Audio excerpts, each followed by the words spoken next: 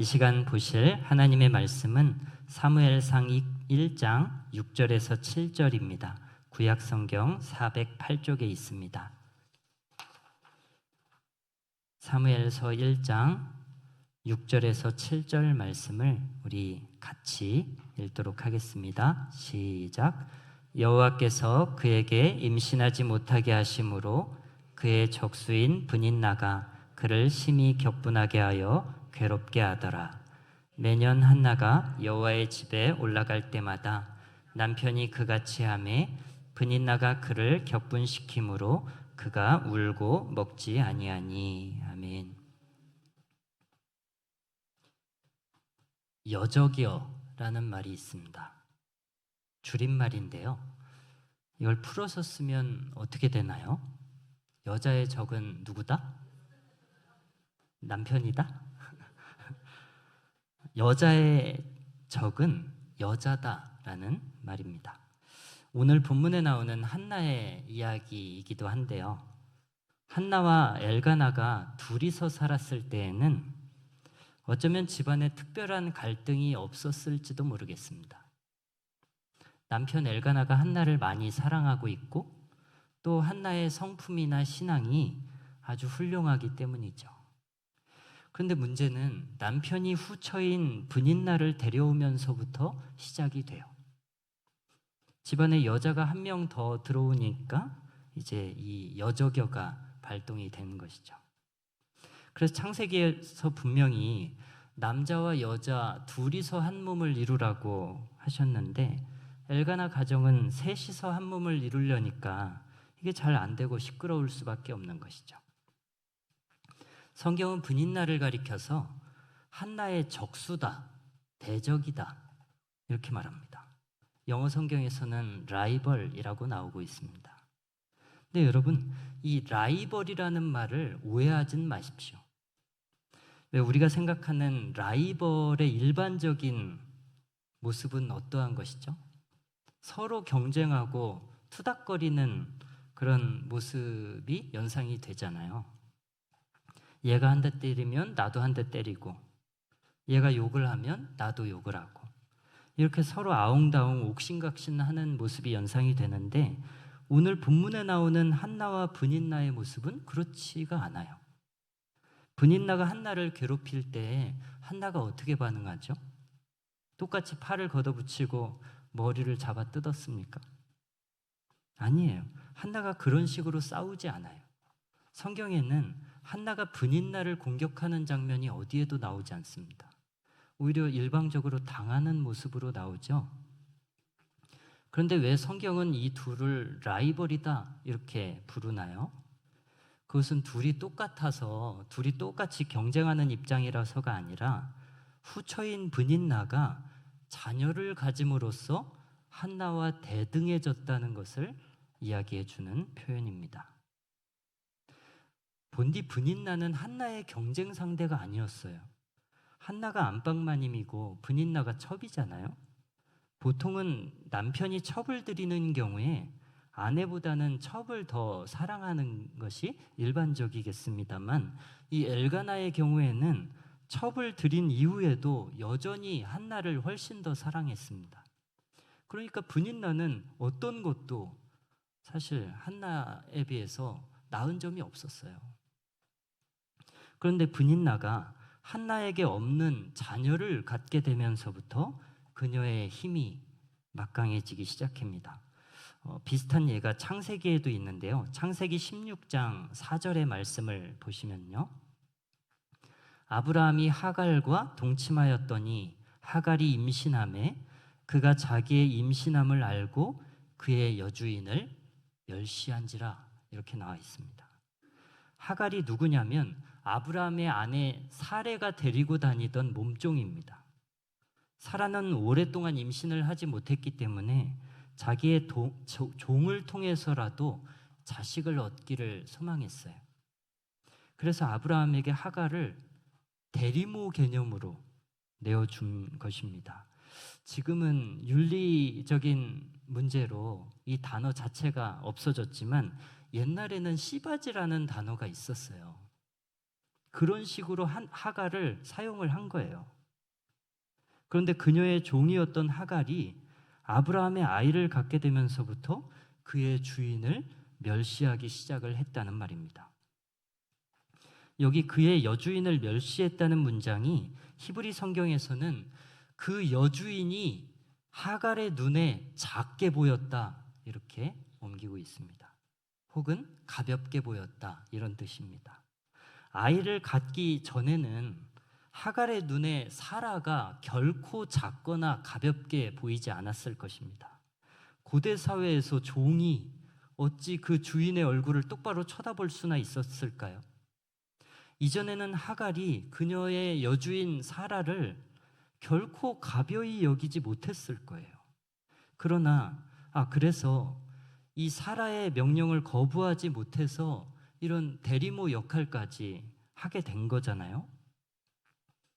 하갈이 얼마나 기분이 상하고 수치를 느꼈겠습니까? 그럼에도 그의 명령을 거역하지 못합니다. 그런데 그런 하갈이 사라가 갖지 못한 아브라함의 자녀를 잉태하고 나니까 지금까지 크고 두렵게만 여겨졌던 사라가 뭐 더 이상 대단해 보이지가 않는 거예요.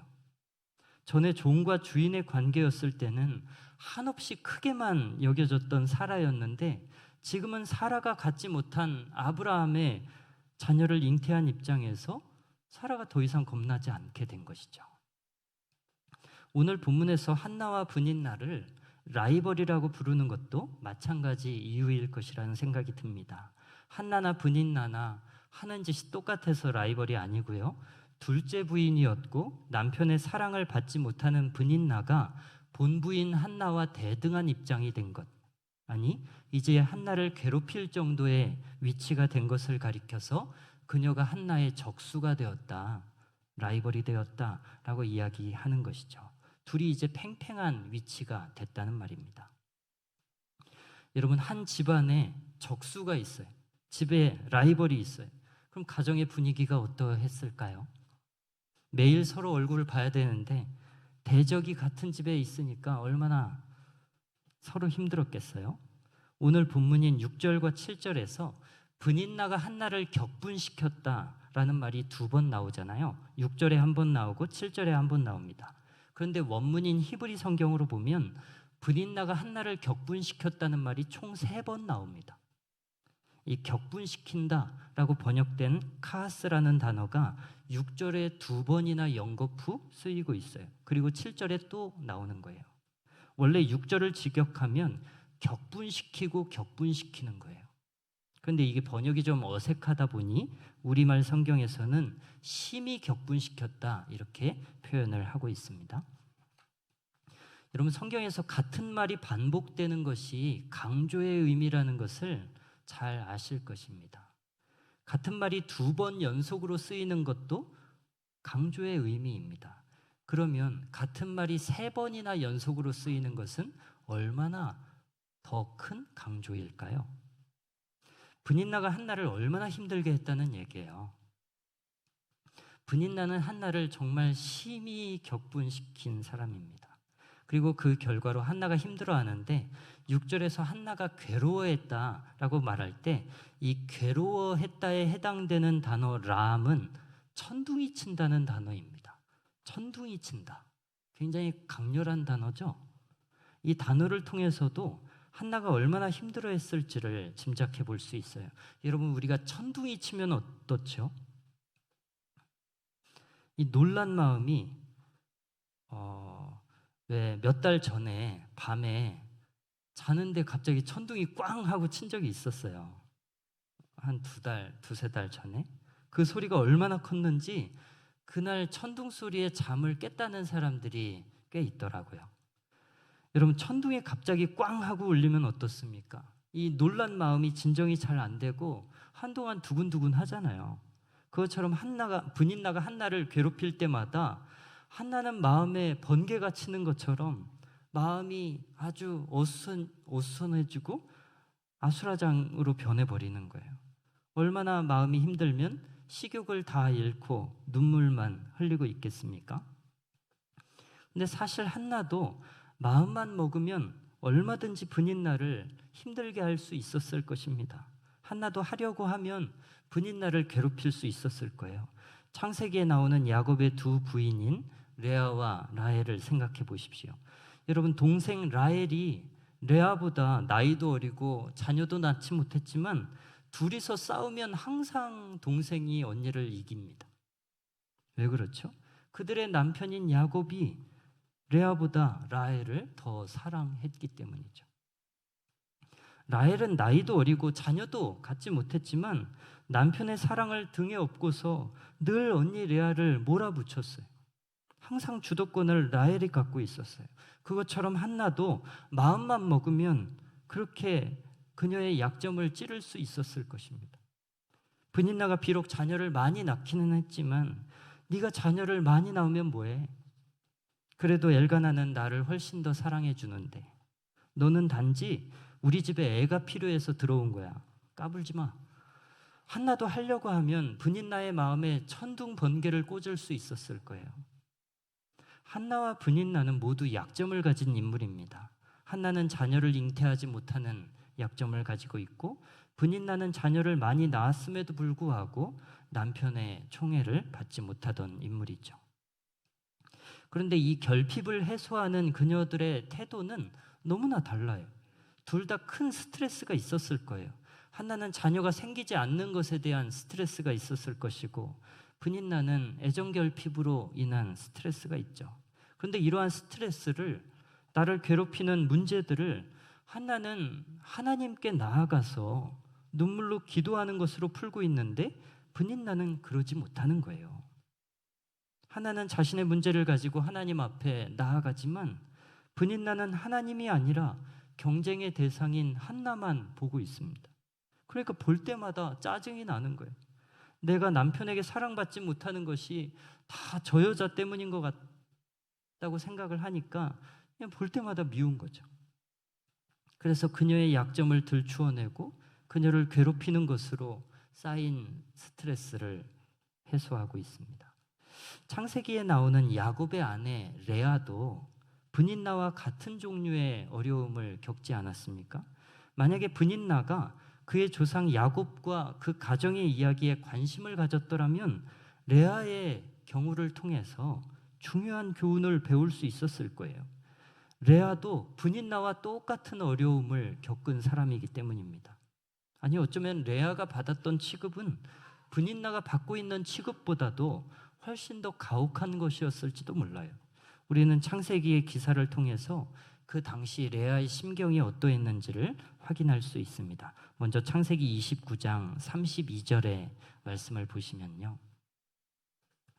레아가 임신하여 아들을 낳고 그 이름을 르우벤이라 하여 이르되 여호와께서 나의 괴로움을 돌보셨으니 이제는 내 남편이 나를 사랑하리로다 하였더라. 첫째 아들을 낳은 이후에 레아가 이런 얘기를 해요. 봐라, 나 아들 낳았다. 내가 야곱 집안의 대를 이을 장자를 낳았다. 고로 이제는 남편이 나를 사랑해 줄지도 몰라. 근데 레아가 아들을 낳았어도 여전히 야곱이 라헬만 아끼고 사랑하는 거예요. 그래서 그 다음 구절을 보시면요. 그가 다시 임신하여 아들을 낳고 이르되 여호와께서 내가 사랑받지 못함을 들으셨으므로 내게 이 아들도 주셨도다 하고 그의 이름을 시므온이라 하였으며. 레아가 벌써 아들 2명을 낳았습니다. 여러분, 농경사회에서 자녀를 출산했다는 것은 경제적으로도 가계에 큰 기여를 한 거예요. 하지만 야곱이 레아를 애정어린 시선으로 바라보게 되었을까요? 아니었어요. 다음 구절을 보십시다. 그가 또 임신하여 아들을 낳고 이르되 내가 그에게 새 아들을 낳았으니 내 남편이 지금부터 나와 연합하리로다 하고 그의 이름을 레위라 하였으며. 여러분, 남편에게 사랑받지 못하는 것이 얼마나 서러웠으면 첫째, 둘째, 셋째를 낳으면서 자녀의 이름을 꼭 남편에게 시위하듯이 그의 사랑을 갈구하는 의미의 이름들로 지었을까요? 그러나 안타깝게도 그녀가 세 아들을 낳아 주었지만 야곱은 여전히 그녀와 연합하지 않습니다. 나쁜 남자죠. 야곱은 달라진 게 하나도 없었어요. 그래서 넷째를 낳을 때부터는 레아의 시선이 이제 남편이 아니라 하나님에게로 넘어가요. 여러분, 이게 중요한 부분입니다. 남편에게 사랑받고 싶어서 그에게 잘 보이기 위해서 무수히 많이 애를 썼는데 기다려도 도무지 오지 않는 이 남편의 야속한 사랑에 대한 그 서러움과 열망을 하나님을 바라보는 것으로 극복을 하고 있다는 말입니다. 그래서 레아의 넷째 아들부터는 이제 뭔가 남편에게 뭔가를 요구하는 이름이 아니라 하나님을 찬양하는 이름, 현재의 삶에 만족하고 감사한다는 이름, 이런 이름들로 채워나가요. 자신을 사랑하지 않는 남편 때문에 참 소가리를 많이 했지만 레아는 이 마음의 상처와 서러움을 하나님께로 시선을 돌리면서 치료받습니다. 한나도 뒤에 보면 그렇게 하거든요. 자녀가 생기지 않는 것에 대한 아픔을, 또 분인나로 인한 그 고통을 똑같이 맞서 싸우는 것으로 푸는 게 아니라 하나님께 나아가서 호소하는 것으로 풀고 있어요. 남편에게 사랑받지 못했던 여자 야곱의 아내 레아, 그녀는 그 아픔과 상실감을 남편이 아닌 하나님을 바라봄으로써 비로소 치유받습니다.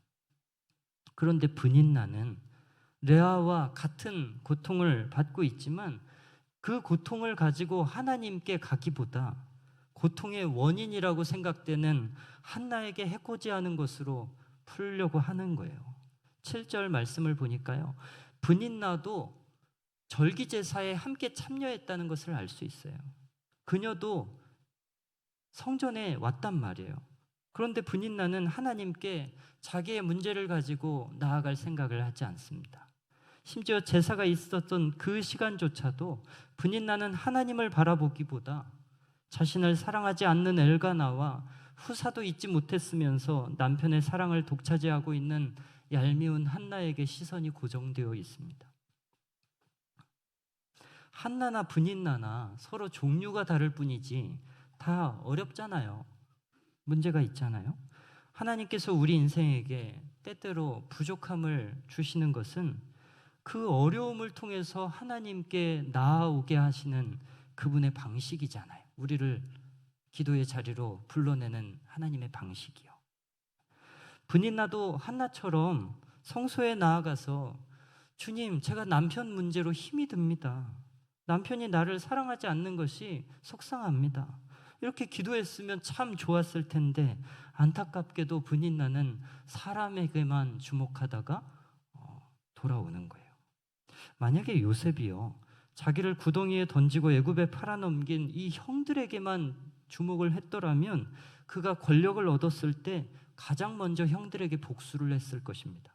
그러나 요셉은 자신을 팔아넘긴 형들을 보기보다 그의 시선을 하나님께 두어서 형들이 나를 판 것은 하나님이 나를 통해서 하실 일이 있기 때문이다 라고 이야기를 하지 않나요? 요셉은 그 아픈 시간들을, 그 상처와 스트레스를 형들에게 풀지 않았어요. 그런데 분인나는 아픔을 통해서 하나님께 나오게 하시는 하나님을 바라보기보다 그저 이 문제의 원인이라고 생각되는 한나를 괴롭히는 것으로 돌파구를 찾고 있었습니다. 꼭 요한복음 5장의 베데스다의 연못가에서 예수님이 코앞에 계심에도 불구하고 예수님 나 고쳐주세요 이렇게 얘기하지 않고 예수님 나 연못에 좀 넣어주세요. 예수님이 코앞에 있는데 고쳐달라고 하면 될 것을 여전히 예수님 앞에서도 연못이 해결 방법이라고 생각하고 있는 이 병자처럼 성전에 나와서도 하나님을 찾기보다 엘가나와 한나만 쳐다보다가 집에 오는 거예요. 한나와 분인나의 이야기뿐만 아니라 사무엘서 안에 이런 병치 구조가 상당히 많이 나옵니다.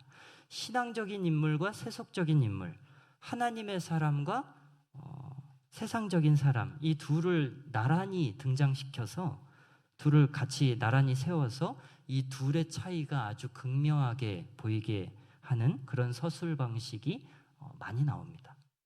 이를테면 똑같이 어려운 상황에서 한나는 기도를 통해서 문제를 해결하고 브닌나는 화풀이를 통해서 문제를 해결하는 장면을 한 이야기에 넣고요. 신실한 제사장 사무엘의 이야기를 할 때 타락한 제사장 홈리와 비느하스의 이야기를 같이 다룹니다. 하나님께 버림받은 왕 사울과 하나님께 선택을 받은 왕 다윗이 연이어 즉위를 하면서 둘을 비교시킵니다. 세상의 힘을 상징하는 골리앗과 믿음의 힘을 상징하는 다윗의 대결을 보여주면서 둘을 비교합니다.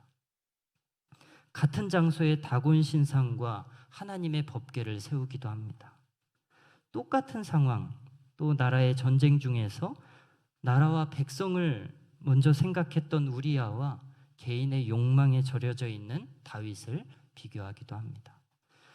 한쪽은 신앙적이고 다른 쪽은 세속적인 둘을 한 장면에 넣어놓고 그 둘을 비교하면서 이 둘의 결국이 어떠해지는지 둘의 차이를 보여주는 게 사무엘서의 주된 기록 방식인데, 오늘 본문도요 그런 관점에서 살펴보면 한나와 브닌나의 차이, 그리고 이 둘의 결국이 어떻게 될 것인가를 보여주는 이야기라 할 수 있겠습니다.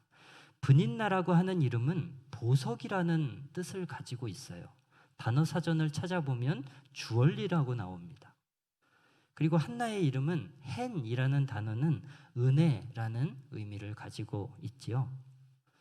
방금 전에 제가 사무엘서 안에 하나님의 사람과 세속적인 사람의 비교가 많이 나온다 이렇게 말씀드렸잖아요. 브닌나와 한나의 이름도 마찬가지예요. 이들의 이름은 각각 보석과 은혜입니다. 세상의 1등 가치를 의미하는 보석과 하나님 나라의 1등 가치를 의미하는 은혜가 서로 라이벌 관계에 있음을 오늘 6절과 7절이 이야기를 하는 것입니다. 여러분, 본문 6절과 7절은 보석과 은혜의 대결이에요. 둘은 라이벌이다, 적수고, 한글 성경에 보면 둘은 대적이다 이렇게 나오잖아요. 이 보석과 은혜가 충돌한다면 누가 이길까요? 둘 중에서 무엇에 베팅을 해야 할까요? 만약에 여러분이 보석과 은혜 이 둘 중에서 하나를 골라야 한다면 여러분은 무엇을 고르시겠습니까? 어느 날 하나님이 꿈에 나타나서 한 손에 로또 1등이 적혀져 있는 그 종이를 손에 들고 다른 손에는 하나님의 은혜와 사랑을 상징하는 하트를 들고서 너가 무엇을 받기 원하느냐? 나에게 많은 은혜를 받기 원하느냐? 아니면 이 로또 1등 종이를 원하느냐라고 물으신다면 여러분은 무엇이라고 답을 하시겠습니까? 고민할 필요도 없습니까? 어쩌면 많은 사람들이 보석과 은혜 중에서 보석을 고를지도 모르겠습니다. 보석은 놓치기에 너무 아까운데 은혜의 자리는 놓쳐도 아깝다는 생각 잘 안 하잖아요. 그러나 여러분, 브닌나와 한나의 결국이 어떻게 됩니까? 둘의 대결에서 누가 이깁니까? 보석을 의미하는 브닌나입니까? 아니면 하나님의 은혜를 의미하는 한나입니까? 결과를 보시면 보석과 은혜의 대결이 은혜 입은 자가 승리한다는 것을 우리 이어지는 구절을 통해서 볼 수 있잖아요. 여러분, 결국에 이기는 것은 하나님의 은혜예요. 세상의 1등 가치인 보석도 하나님 나라의 1등 가치인 은혜를 이길 수 없어요.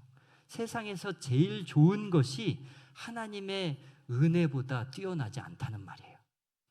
골리앗과 다윗의 싸움도 그런 거잖아요. 여러분, 스펙으로만 놓고 보면 골리앗이 무조건 이겨야죠. 골리앗은 어려서부터 용사였다 이렇게 나오잖아요. 다윗은 목동이잖아요.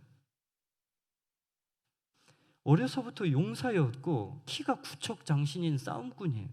그런데 이 둘의 싸움이 이상하게도 다윗의 승리로 끝이 납니다. 이유가 무엇일까요? 세상의 가장 좋은 것들도, 세상의 1등 가치도 하나님의 은혜를 뛰어넘지는 못하더라라는 것을 말해주는 거예요. 그러니까 우리가 바라고 기도해야 할 것이 있다면 보석이 아니라 하나님의 은혜를 구해야 하는 것이죠. 우리에게 보석이 더 많아야 행복해지는 게 아니고요. 하나님의 은혜가 많이 있어야 이기는 사람, 행복한 사람이 되는 것입니다. 믿음을 빼놓고 보면 은혜와 보석 중에서 당연히 보석이죠. 뭐 은혜 받는다고 뭐 달라지는 게 뭐가 있어요? 부흥에 와서 콧물 흘렸다고 뭐 좋은 게 뭐가 있어요? 로또 1등 되는 게 훨씬 낫죠. 그러나 오늘 본문에 라이벌로 등장하는 보석과 은혜의 싸움이 어떻게 마무리되는지 살펴보자는 거예요. 둘 중에서 누가 승리의 노래를 부릅니까? 잠시는 보석이 이기는 듯 보여도 결국에 이기는 것은 한나예요. 그동안 내 마음에 은혜가 뭐가 중요한가? 보석을 얻는 것이 중요하지. 이렇게 생각을 해오셨다면 오늘 기도하시면서 은혜의 귀중함을 깨닫게 되시기를 축복합니다.